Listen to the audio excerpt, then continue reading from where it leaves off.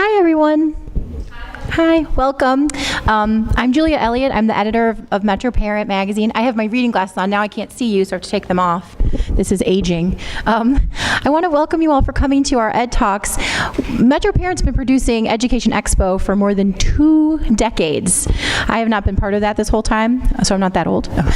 But we wanted to change things a little bit. We always are looking for ways to maybe offer our parents and our community more and better. And I think you all can appreciate that. And so we thought, you know, what was a way we could make Education Expo even better than it's been in previous years?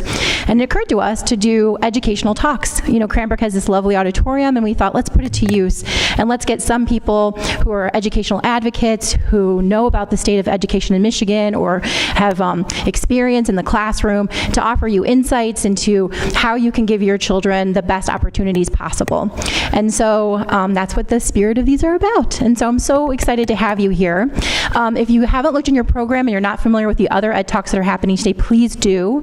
They're going on pretty much all afternoon. And our first one I'm going to go ahead and introduce to you, our first speaker, is Gary Abu Jr. Such a wonderful person. I've dealt with him just in a couple of ways. He actually wrote an article for us in Metro Parent in our October issue. He has an array of knowledge. One of his distinguishing features is that he was a Michigan Teacher of the Year, which is not an easy feat. There's quite a bit of competition in that, and I'm sure quite a vetting process. But he was a standout in the whole state.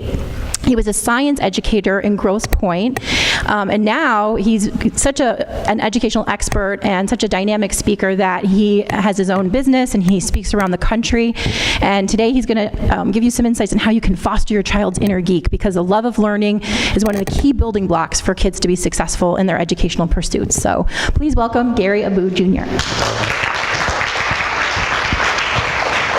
Thank you very much, Julia. I really appreciate the opportunity to be here today with everyone. And despite what it may seem, helping your child to find a love of science, technology, engineering, arts, and math, it's not actually easy.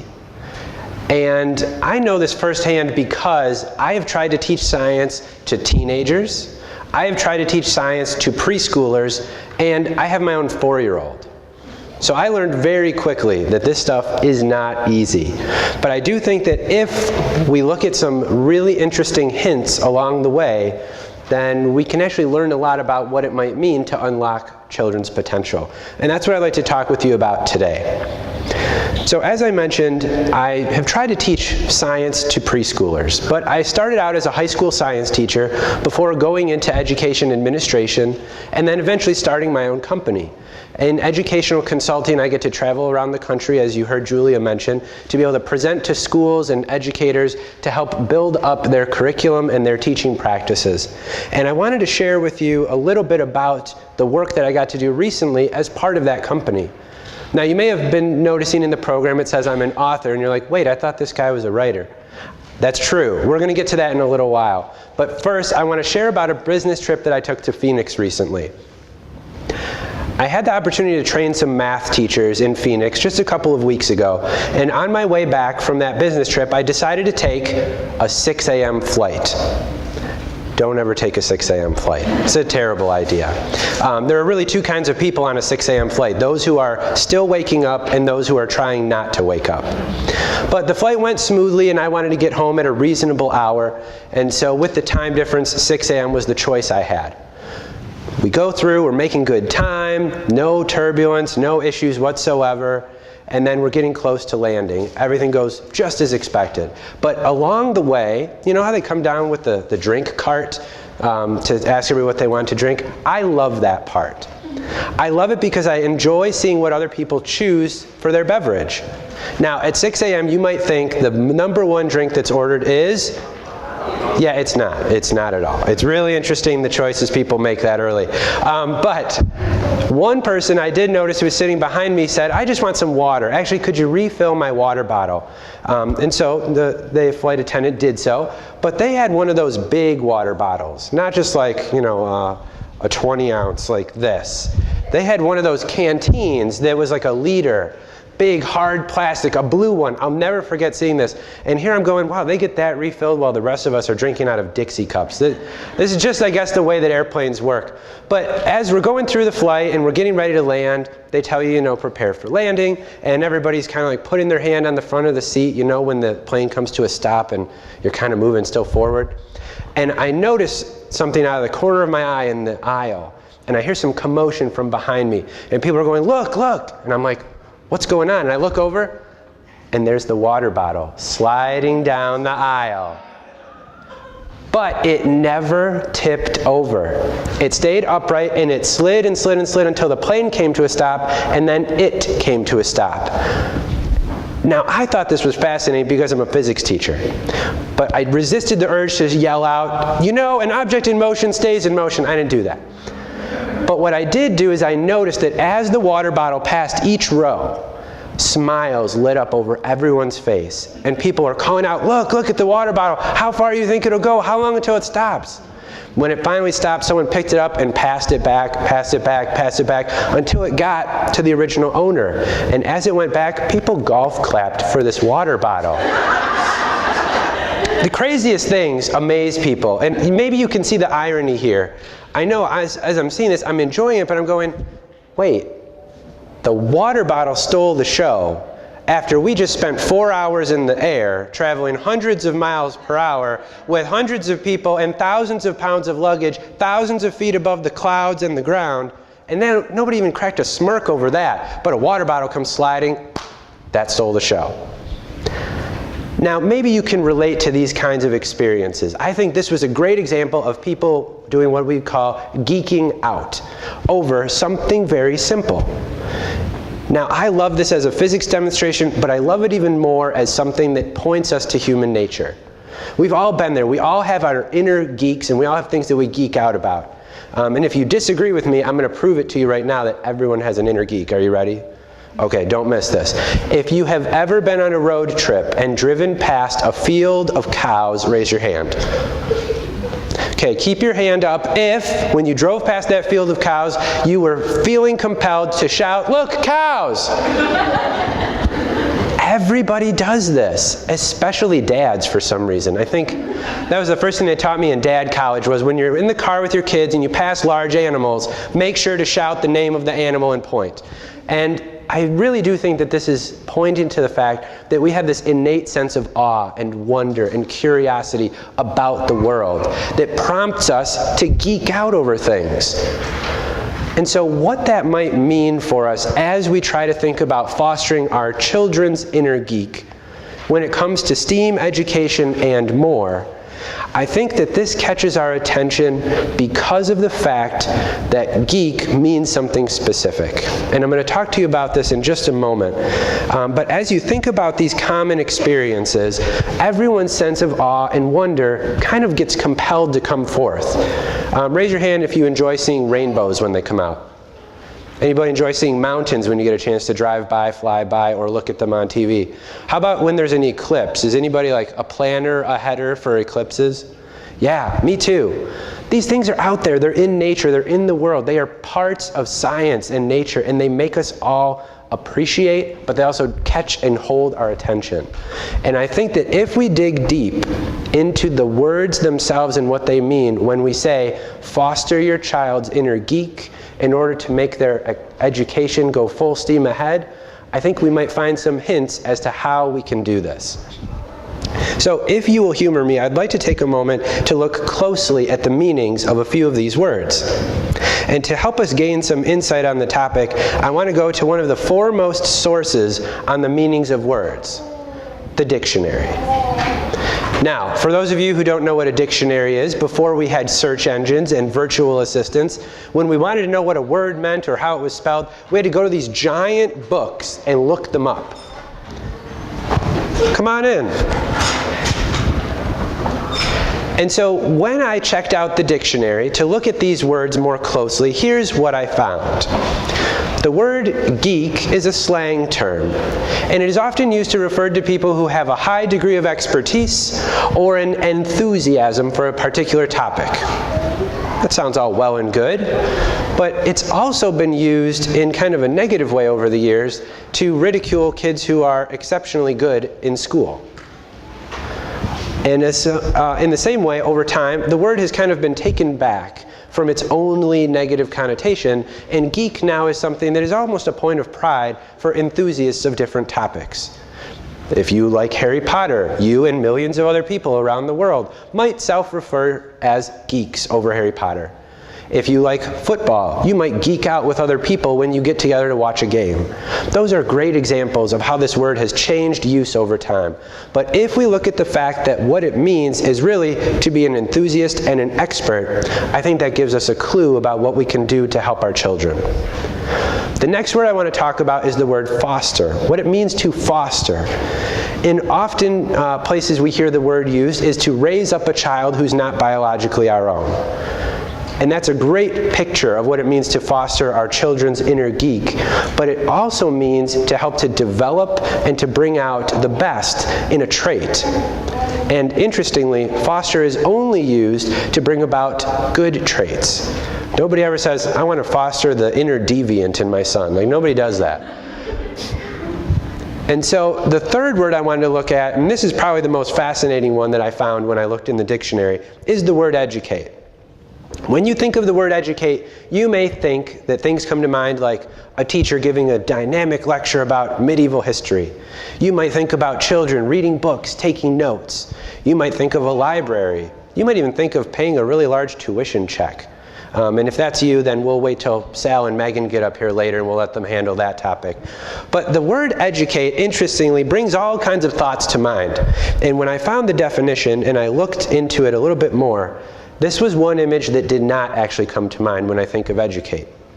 So the word educate comes from another word, educe, which means to bring out or to draw out. It's the opposite of induce, which is to like put something into. And if you dig a little deeper, you find that it has a Latin root, educere or educare, and that means as well to lead out from within. This word literally means and refers to drawing out the potential from inside of someone. And that means that educate is actually not about the knowledge we impart to our children and to our students, but what we can draw out from inside of them that is their natural potential and help to raise that up. So with these three words, as I found in the dictionary, I wanted to put them together to give us a sense of what it would mean to foster our child's inner geek. And I think it would go something like this. To foster your child's inner geek is to bring out from within them a natural curiosity and enthusiasm for a topic and to build that up until they can be an expert at it. So to draw out a natural enthusiasm for something and build it up until they can be an expert at it. Now, I don't know about you, but I find this stuff fascinating. Maybe I'm just like a word geek or something. Who knows? But one thing I do think is true is that it's not enough to know what these words mean. We actually have to be able to put it into action if we're going to do anything with it or about it. And so I'd like to shift into giving you some practical action steps to be able to foster your child's inner geek from a young age and keep that learning passion burning long into their later childhood and adulthood. And so here goes. I've got some action steps for you. These things you can do right away because I think it is so important to get to putting these ideas to use. The first one is I would encourage you to be a guide on the side. As a parent, helping your child take the opportunity to be self-directed at times and to go alongside them in their learning will actually show them that all of the knowledge doesn't reside with you, but that it actually is to some extent within them and can be brought out. When we do the opposite of being a guide on the side, we do what I'm doing right now, and that is we are a sage on the stage. That means that I have all of the information and you, in theory, have none, and I'm giving it to you. I know that's not the case, you know that's not the case, and children do come to learn that that's not the case as well. So being a guide on the side is an opportunity for you to give your child a chance to play, to tinker, to explore, to check out new things with you, instead of waiting until you give them the knowledge and the experience that you have had. That is important as well, but being a guide on the side is key to drawing out that passion that lies within them. Giving them their own voice and their own choice in the things they get to explore, and not always coming from you, is another great step that you can take in this. And that as you see your child excelling in things, developing that passion and amazing you, which if you have young children like I do, you notice that that happens often. When that happens, being a guide on the side means that you help them to understand the steps they took before that got them there. So instead of saying, oh my goodness, you're so smart, that you're so good at this, help point them back to the work that they've done before that allowed them to excel and amaze you. Because remember, smart is something that you get, it's not something that you are.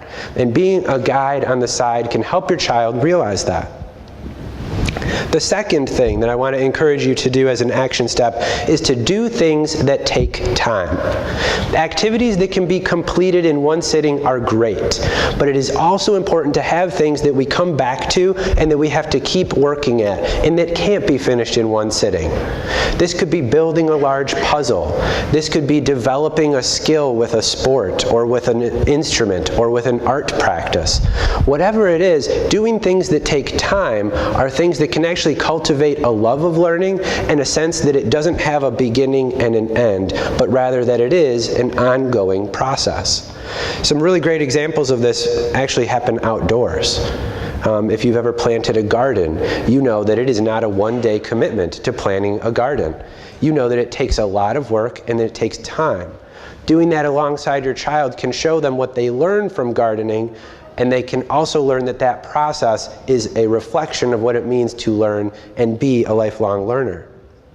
With that being said, a key skill for working in the STEAM disciplines is also problem solving. And so I'm a big advocate of giving your students, giving your children a chance to engage in problem solving with you. When you run into a home improvement catastrophe, once you've got it under control and everyone's safe, maybe give your child a chance to comment. What do you think is going on? How do you think we might be able to fix this? Even if you don't believe that they'll have the answer, that is okay. The point is that they get accustomed to taking a shot at problem solving and developing the thinking skills that would then translate to success in school later on. When we show them that they don't have to be afraid or timid to approach problem solving or challenging tasks, that gets reinforced when they get to school and find a cognitive task that is tough to work on. And rather than the cognitive challenges and problems, I also want to encourage you to do things that take time that are also fun. And a really great way to do this is something we have many opportunities to do right now, which is something called a hobby kit. These are a great thing for kids to be able to learn about their passions, to be able to learn things alongside of you, and to be able to come back to over and over again, developing continued expertise and enthusiasm. There are some great companies out there doing hobby kits right now. I don't have any affiliation with any of them, but I'm going to tell you a few that I love. I don't get anything for saying this, by the way. So there's a STEAM kit company called Kiwi Crate. And Kiwi Crate will send you a hobby kit monthly, or perhaps however often you want them, that has a different topic in STEAM education with activities, supplies, and resources so that you and your child can explore and develop passions, interests, and projects for STEAM. Maybe that's not your particular interest area. You like social studies. I would encourage you to check out something called Little Passports. They do the same thing, but with geography, natural wonders, and the social studies of the world. And finally, if you are like me and you're into the culinary arts, Radish is a terrific kit hobby club for kids, all about cooking, world cuisine, and the skills and techniques that go into cooking. That last one is called Radish. R-A-D-D-I-S-H, I believe.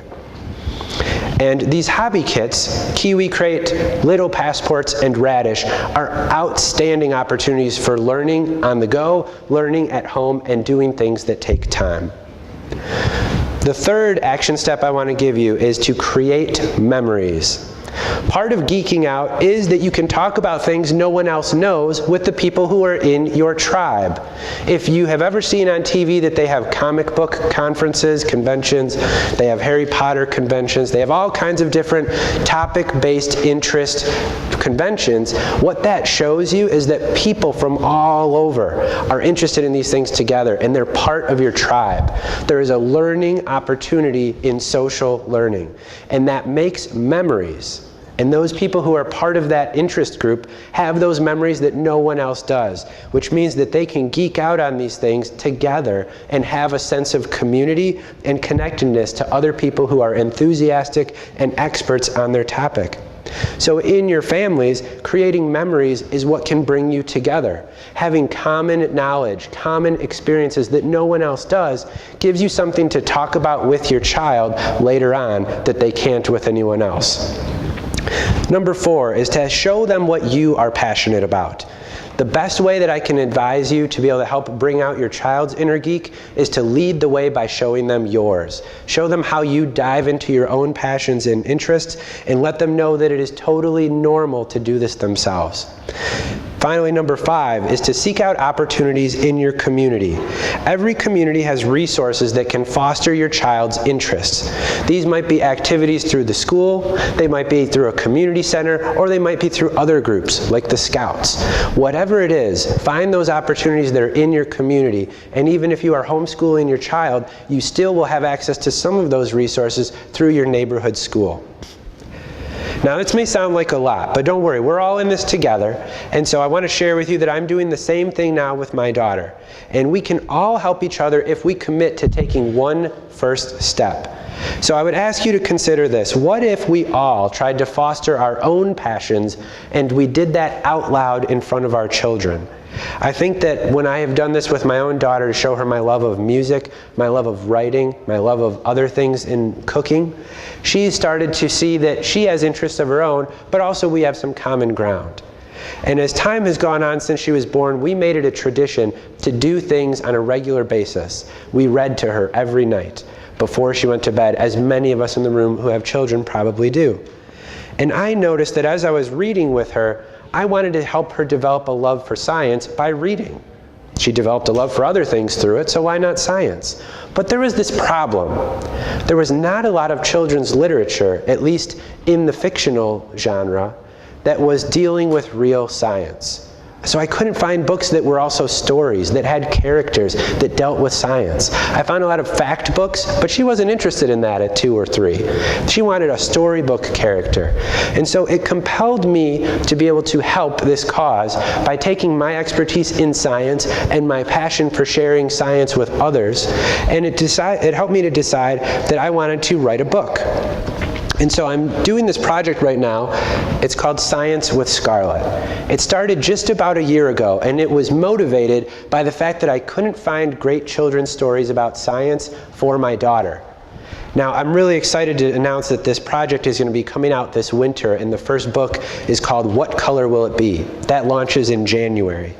And this is a particularly special book to me because I took some of my favorite science experiments as a teacher and made them into children's stories. But What Color Will It Be is all about how the eye sees color vision.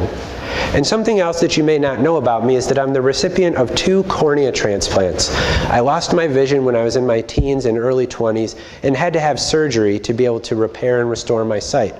And that motivated me to use my teaching gifts to not only share my passion for science with children, but to be able to also support the organization that is at the heart of restoring sight for other people. That's a group called Eversight. They coordinate the organ donor list for people who are in need of eye transplant-related surgeries like myself, and it gave me my sight back, and it allowed me to be able to be here today doing exactly what I'm doing.